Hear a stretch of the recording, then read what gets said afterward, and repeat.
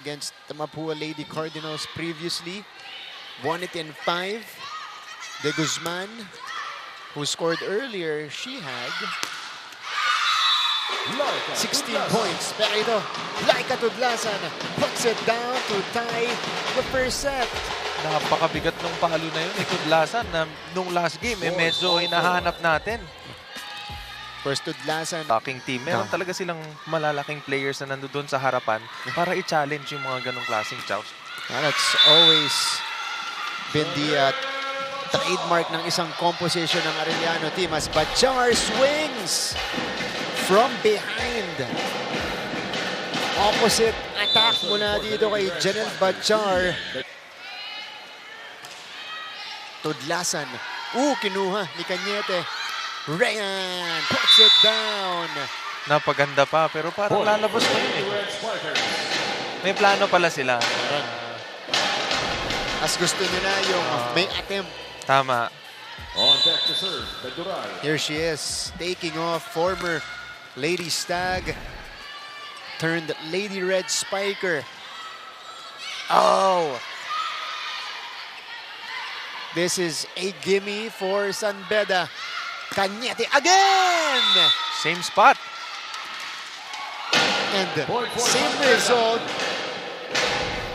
for Rayan Cañete, who now has 4 points in the first set. Number 4, number 17.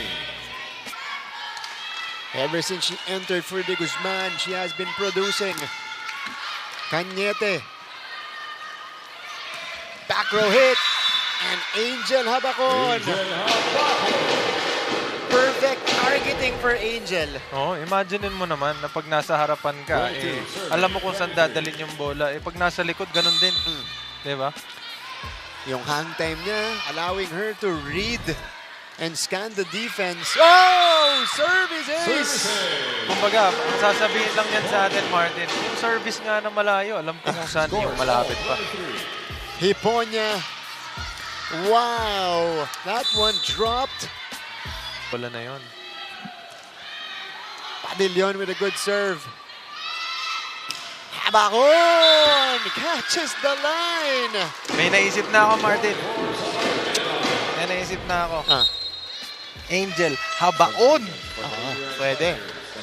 Dahil baon talaga umatake to baon si talaga Angel. umatake to si Angel. And again, Dito, hiniling ni Prince, mahabang laban. Ito na yan. first set pa lang. First set pa lang. Habacon! 28-27. Take note, Mark. Siya mag-serve. 7 points for Angel. Last time she was assigned at the service line, they went on a massive run. Here it comes. Pablo absorbing that. Tudlasan. Sent back. Bedural ends set number 1. Bedural on the second jump. Winning this battle, it was the initial rejection. And then it went back to their side. Bedural, presence of mind to guide that ball to the right spot. And Yan yung kaninang San Beda can recover from this. 6 straight points. Naghahanap ng magandang pasa si Coach Josh. And one good execution. KC! Third 1-2 play for KC Adante. Mabigat to para sa San Beda. Hindi nila makuha kung anong klaseng play yung iraran nitong Arellano and Adante getting another one. We see Angel there getting treated on her left leg. Tudlasan. KC has been the difference maker. Make that 4 dumps. 4 1-2 plays now for Adante. Set point. Look at that.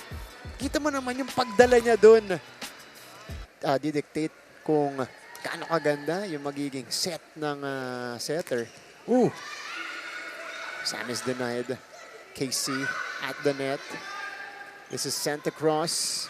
Castillo. Cañete. Tira-tira with the rejection, but it's still alive. Adante to Sam. Tira-tira. Arellano retaliates. Oo, pinaramdam nila sa San Beda ngayon na hindi pa ito tapos. Sam tira-tira. Kinuldukan. 7. Moming Padillon with 8 points as well. All right. Arellano gets first blood here in the third. De Guzman. Cañete. Oh, sobra to. Quick reflexes by Ceballos. This is still alive and sent across. Good effort by Angel. Sam unable to score. So San Beda gets it. The intention was really nice though. Yung dalawang blockers natin na tumalon from San Beda, hinanap niya yung butas which is outside, hindi lang umabot. But that was a good read kasi yung libero ng San Beda medyo naka-back up. So that would have... Here we go. Oof. Pablo again absorbing that serve. But Adante again! Yeah. These 1-2s by Casey Adante. Panglima, ito unintentional kasi kailangan na niyang itawid. Padillon survey. That time, napaganda pa para sa Arellano. Kanya-kanyang schools, mga nandito sa PhilHoil Ecol Arena. Yeah. Binabati namin kayo ng magandang hapon. Tudlasan! Ayan, napakagandang bati. Galing kay Laika Tudlasan. Set point. Arellano. Wind up. Put down by Laika Tudlasan.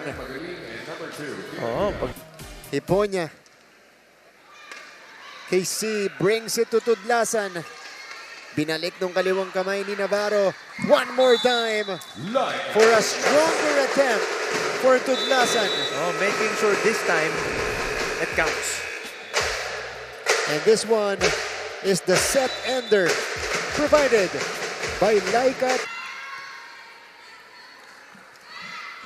Tira-tira. That's a faulty first ball. It is Bachar. Sending it across. Hiponya. Campos. Balik kay Bachar. Why not? Janel Bachar. On the second try. 7-36. Mukhang kailangan ulit nilang ingayan. Oo nga. Mukhang kailangan ulit nilang ingayan. Palitan ng momentum dito. Service ace from Janelle. And that leads us to the first technical timeout. They get their 8th win in the season. If San Beda wins this, we go to an extension. Here we go. Hiponya. Peduran. They go to Momin this time. Padillon! Momin Padillon gives Arellano back the lead. And this is now 3 straight ever since the second technical timeout for Arellano University. Look at the numbers of Pau de Guzman. 12 puntos. In the initial part, he was the one who was pacing this team. Sa kanya nang gagaling yung buhay kanina eh. Yeah. Meron pa siyang 3 aces. Set up for Moming. Unstoppable right now is Moming Padillon. 15 puntos na para kay Padillon. And she brings the heat. Talking about Angel Habacon. Padillon puts it down. Balik sa Arellano ang abante. Oo, sa tuwing magkakabuhay itong San Beda, nararamdaman ko na si Moming sasabihin niya, oops, teka lang, andito pa ako. From our officials. Oh! Laika Tudlasan gives Arellano the 4-point lead. And they are looking good. Only a single person in front. Habacon in front. Pablo. De Guzman, single block by Angel. But it's still up. Ooh! Habakon. Adante. De Guzman with a swing. Nagkamali sila sa placement doon kasi nag-end up na si Angel ang kumuha ang nagtawid ng bola na medyo malayo and na-late siya doon sa pagpunta doon sa placement niya doon sa gitna and We'll see what happens. KC starts. Cañete. Basang-basa. Campos brings it to Habakon. Off-speed hit. Tudlasan. Itinawid. Eto na si Hiponya. Pachar. Sarado pa rin. Angel from the back row. KC with a pop-up.